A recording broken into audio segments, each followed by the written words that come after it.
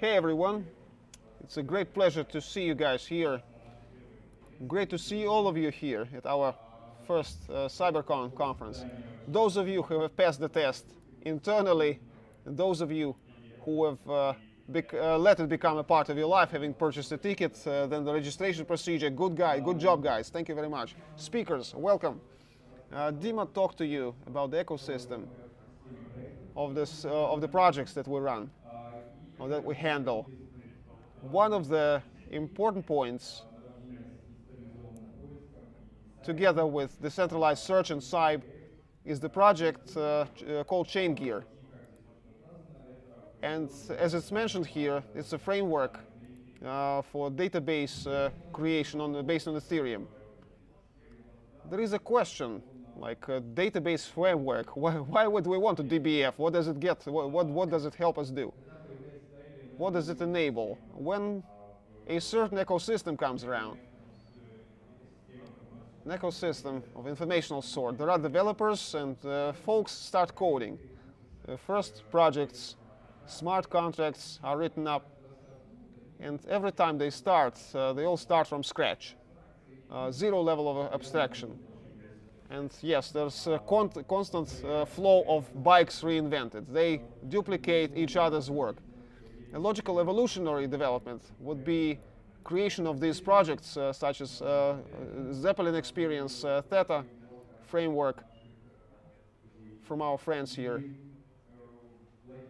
And a logical development, the logical course of events would be this. We've noticed that there is not a single solution, versatile, understandable solution to create simple databases.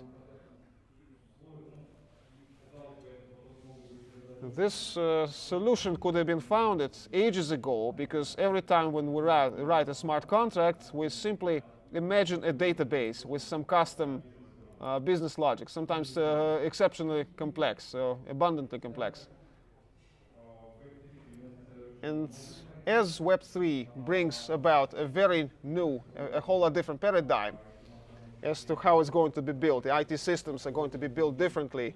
The architecture, the interaction of robots, of bots and users with contracts, the new challenges emerge, new interesting capabilities emerge to create this database. And the new challenges compared, or in contrast to the conventional Web 2.0. This is the sort of picture that lists various tiers or levels, various stacks. Everyone can process this information for themselves, from their viewpoint. Me and Dima, when we look at it, we see a common architecture where we are. The current situation, the status quo, and the future development, where we're headed. Essentially, this is where it's happening. This is where Chaingear project happens, is decentralized databases, decentralized apps for users. And really, in a nutshell, what is Chaingear designed for? Chaingear helps deploy a simple database, a basic database. You can customize your layout, you can customize the field structure of the table. It's a good analogy, by the way. It's a very good access to that or this entry. ERC721 token can get you there. ERC721 is both a primary key for writing and also a means of access, a means to access the entry, to change it, to modify it. Now, within every database, you can establish or create various policies for adding the entries. You can fund the entries. And we've decided to put a very simple interface together to that end. You have 4 operations. You have 4 potential operations that we're familiar with. One new one is going to be added within this paradigm. You can create an entry.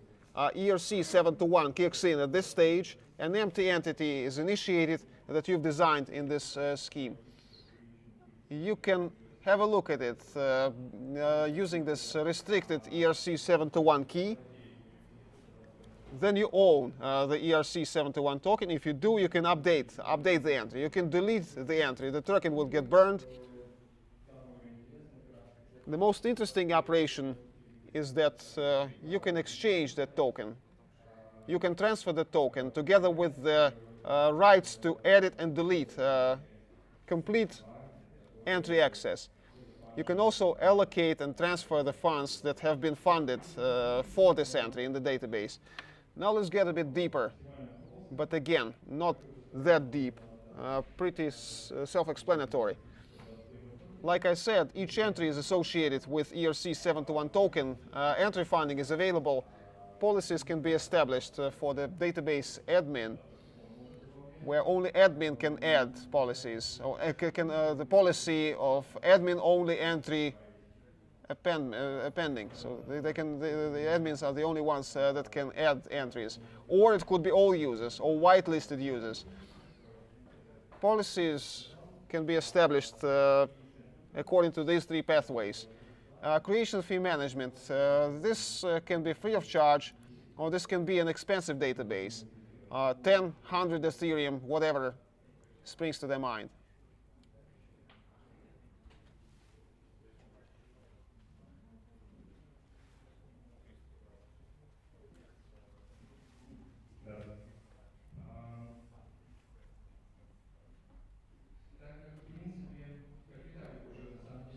Vitaly already mentioned that he made a mistake.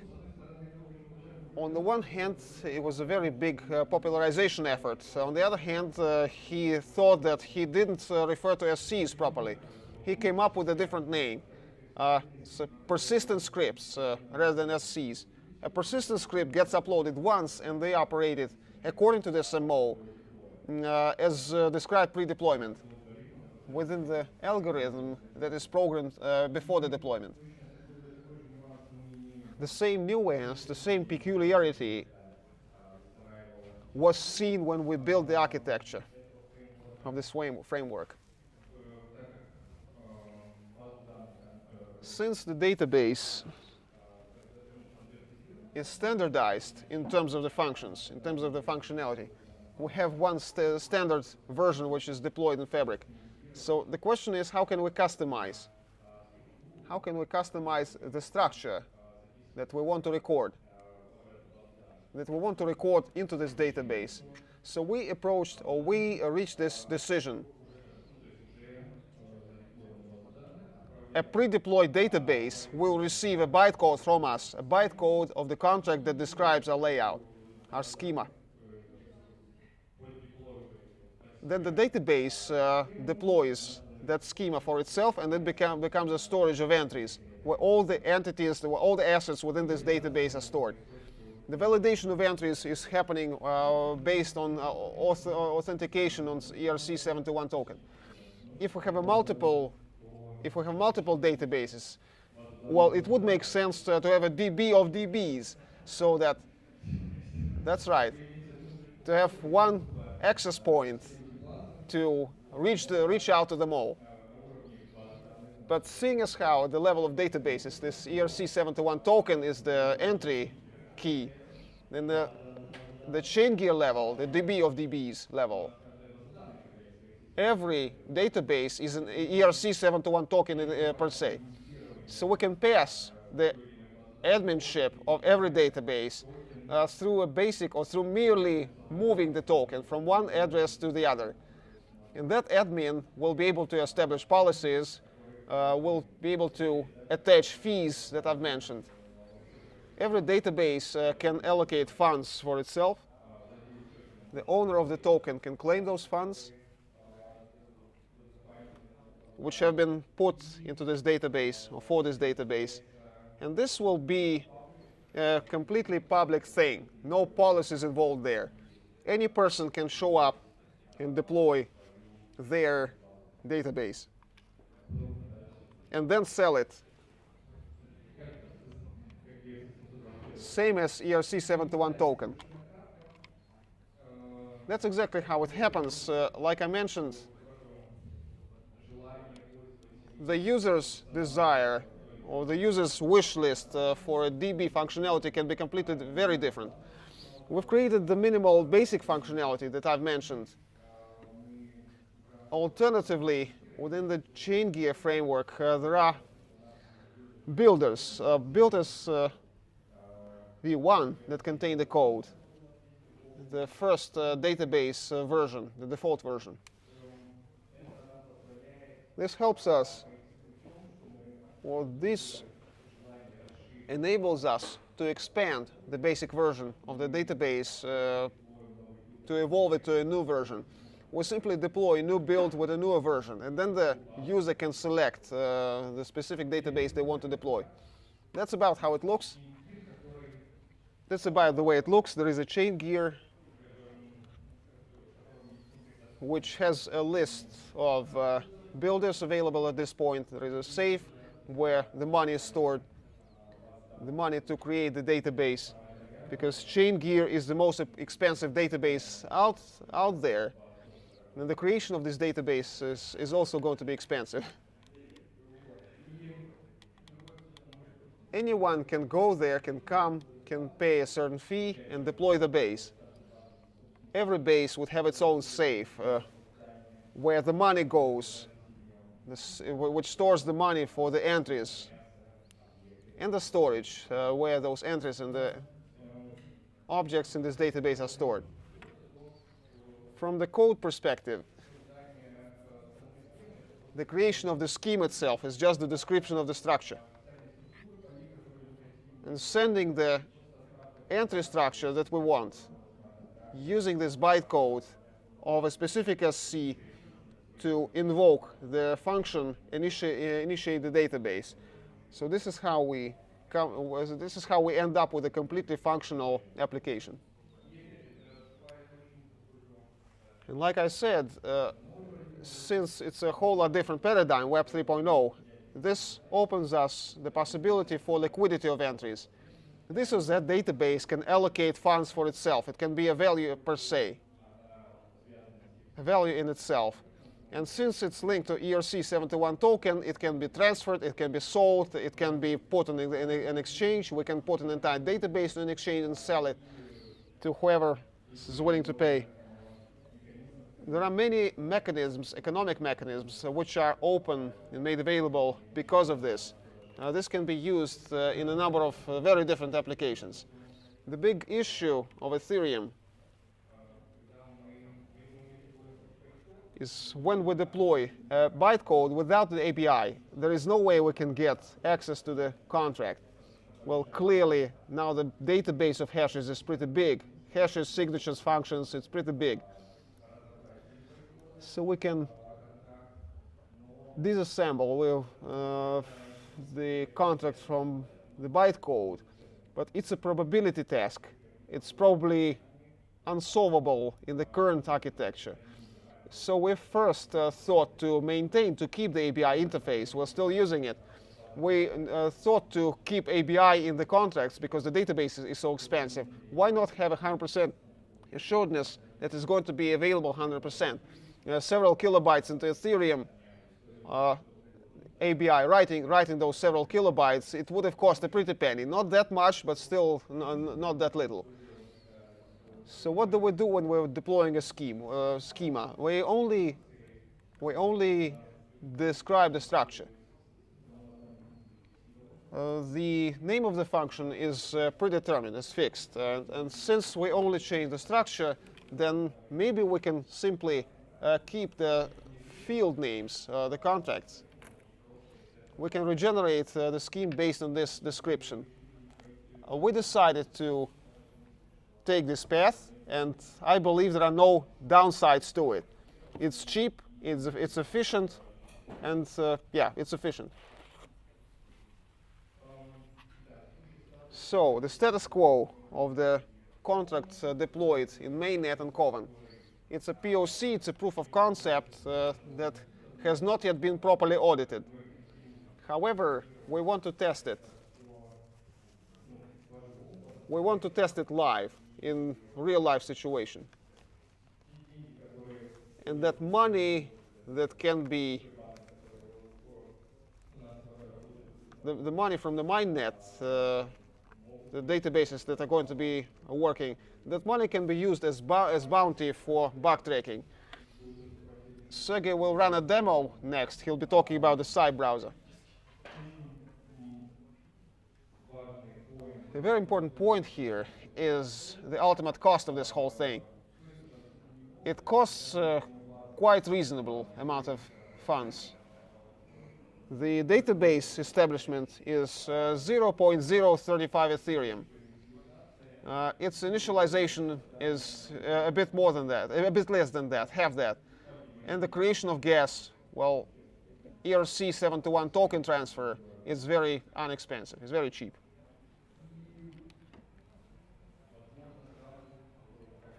And possibly, while I was talking about this stuff, it might be a hard time for you to wrap your heads around what kind of applications can spark out of this. What applications can be used in the system, what applications we've established for ourselves, and how we use Chaingear. We use it as a registry. It's one of the root registries, one of the browsers that Sergey will proceed to talk about, same as Application Store.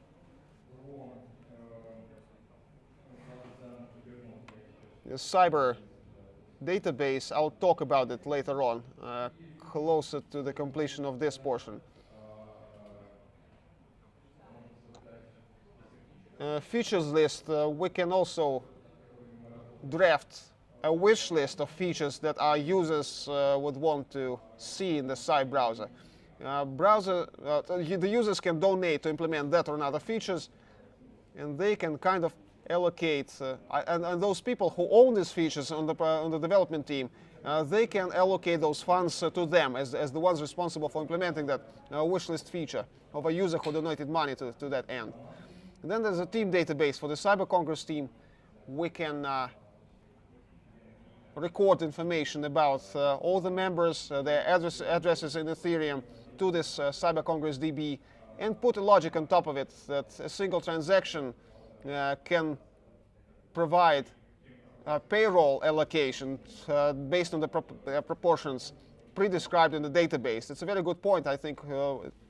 Yes, we want to run it in cryptocurrency, definitely.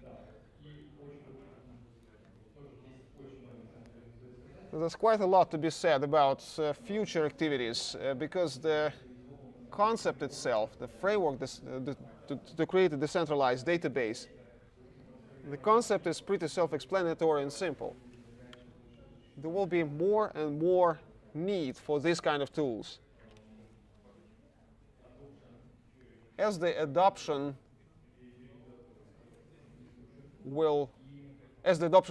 crosses this threshold, which is about to cross, it's very, very soon from happening. This principle, this approach, the Chaingear idea in itself is completely agnostic in terms of a blockchain system, that or another one. So we perceive it as a creation of, as an alternative, as a different implementation within the framework of other blockchain platforms that can make it possible. Also, an important milestone would be to make sure that not just Ethereum, but also ERC-20 can be used to fund the entries, so that plasmas and sidechains can become a medium for ERC-20. Optimization of storage is also very important. There's a whole lot of room for improvements for storage optimization, more efficient gas use when recording and updating the entries.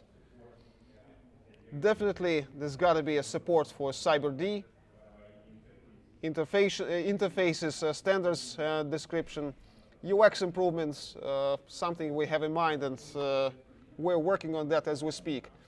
My thanks go out to the guys who have been working with me on this. A round of applause to everyone. A round of applause to everyone. Good job, everyone. Thank you. So all of this is centered here, GitHub Cyber Congress Chaingear repository. There's also the white paper draft. Thank you. From me and from Cyber Congress, big thank you goes out to Nadia for making this event happen. Thank me for the contract once again. Yes, this presentation is available in IPFS, so this is where, let me skip back a bit, and I would like to make another interesting demo. It's not Chaingear, but it's different. It's a different story. I've mentioned the database called Cybernode in the market for decentralized Web3 providers. And the principal challenge is this, and we're so accustomed to it, we're so used to it, then it's not just we don't try to handle it, we don't even think about trying to handle it, we don't even consider that. Web 1.0 and Web 2.0, they conceptually lack this ability. There was no objective behind them. People didn't know how to make it happen. They lacked the ability to initialize the nodes of the network, to provide the reading data, the data for reading. For this reason, this rapidly outdating Web 2.0 is based on revenue raised from user data.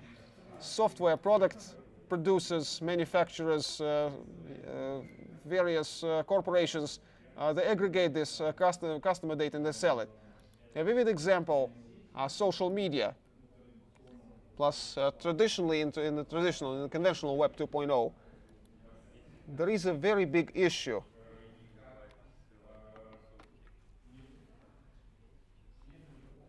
There is no way for us to guarantee, or for you to have guaranteed service, guaranteed delivery, service provision. You can be deprived of network access at any time. You can be subjected to censorship. This information available to you will be censored. The environment you're in can be censored.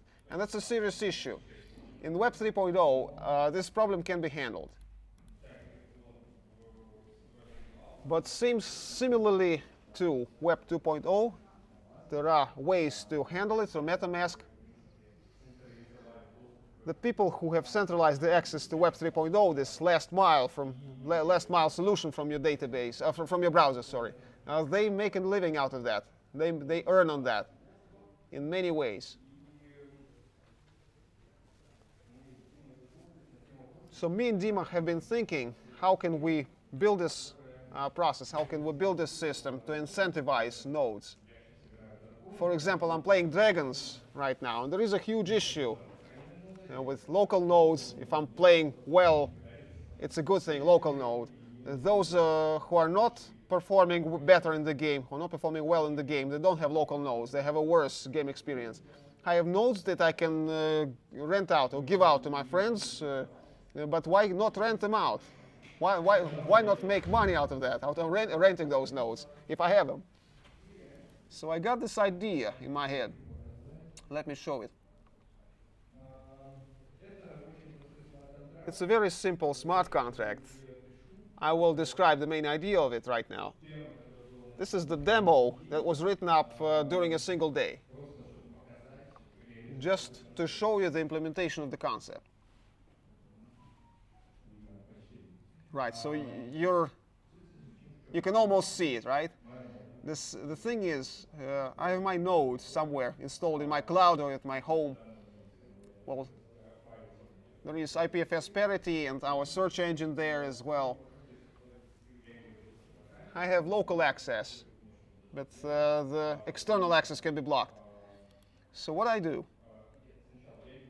can do, I can deploy a smart contract. This smart contract, I'm a Web3 provider, say. What do? I say, this is my endpoint. Any user requesting a service can get it at this point. And I say that every query costs 100 WF, or some small amount, every request to my database. A client can want my services, can want to connect to my nodes. They make a deposit, maybe 1 Ethereum, for example. I know that client's address and their deposit, I can service them. How does it happen? The schema is the layout, the MO is pretty simple. I hope to have an operational demo for you live right now.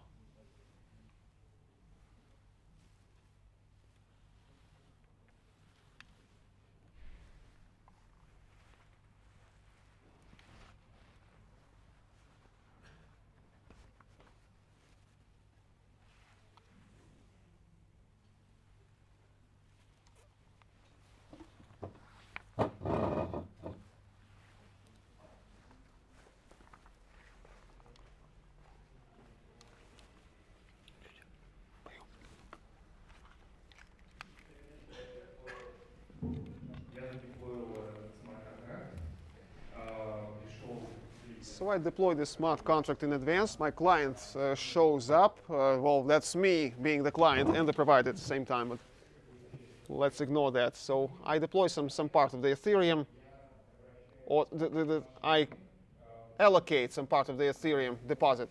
Then I request the machine. What's happening under the hood? It's happening for the local node. There is an additional backend. Authorization backend. It is stipulated in proxy in the node. It's performing a very simple function.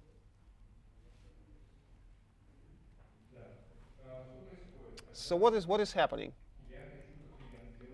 If I as a client, if I want to make a query, well, I can run them consecutively. I can run them consecutively. I have a query, then I wait for the response to that query. I sign it with my key.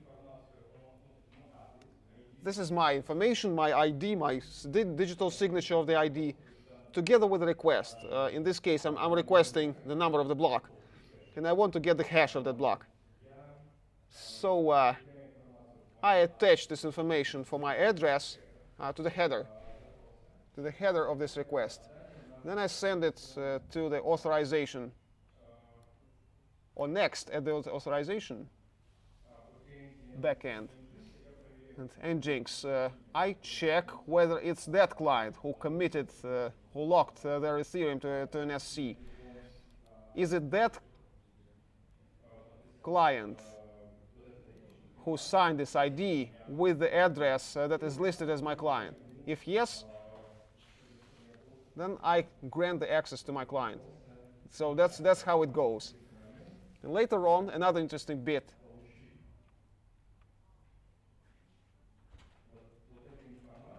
I may have received this bit of information. This bit, this signature, is enough for me to, give me a sec, to go to the smart contract, because everything happening right now before you was the proof being granted to me, the proof of payment granted to me. The client made the payment, I see a proof, I can take it to the smart contract.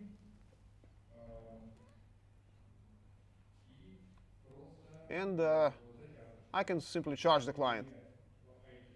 So having the ID, having the number of serviced queries, having the client's data signed, I can go to the smart contract. If it was 100 queries, 100 WF for every query, I multiply that and deduce it with one transaction. And then the client can come over and withdraw the rest of the deposit after the time of lockup of these funds expires. So this is a fairly simple layout, right? So I fail to understand how comes people have taken so much time and nobody really came up with implementation of this. Any questions, any complications? Yes, this was the bit I wanted to highlight. There's quite a lot of challenges, quite a lot of issues. Also, it requires a proof that there was no denial of service. That bit of proof also needs to happen. The market of those providers. Yes, the market itself, it can shape trust. It can generate trust to specific Web3 providers.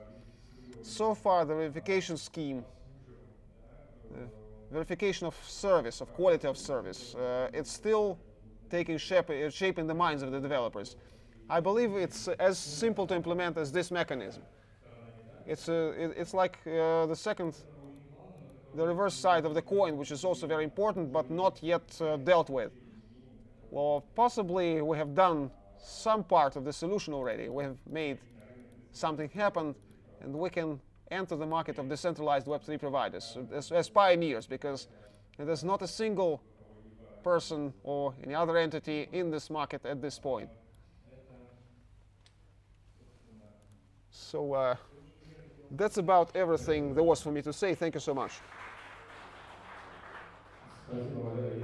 Thank you, Valera. Any questions? Any questions to Valery, except for those voiced? Yes, there's a question. Thank you for the presentation. It's very interesting. Can you come back to the prices of your library use? What are the prices based on or compared to a lower level database? Overhead at which level? Okay, for say appending and editing the entries. Well, it's a very good question. The standard layout or the standard scheme that we run something Sergey will show on the UI side. Well, just for the simplicity and for minimization, all the fields are updated. All the fields are updated. Everything that you can send. This is a very big overhead. You can make it happen separately. The overhead will reduce because the atomicity increases. However, on the other hand, from the viewpoint of other operations, I don't see any overhead really happening. Well, that's just from the viewpoint of reference implementation. It's easily handled, easily dealt with. If we have an asset with a database with 10 fields, an overhead is a single transaction for 10 fields. We can update these fields individually. And that's not an issue. Not by a long shot. We can use it, well, we can handle it from our interface. We can make it available to users. Another question. The state is created in the Ethereum, right? Have you been thinking any ideas to take it outside the Ethereum frame? Yes, we've been thinking about that. I was talking about that briefly. There is an understanding that it's not just we are limited to Ethereum. It's not like that. The demand can be for various data or from various databases. So there is a way, there is a possibility to move these entries in those or other plasma chains which might not allow it at this point, but recently or sooner they will. Soon enough they will. This concept can be implemented in a substrate chain, in a single substrate chain, and the entries can be migrated between the databases in Polkadot, for example. Okay, thank you. Further questions to Valera?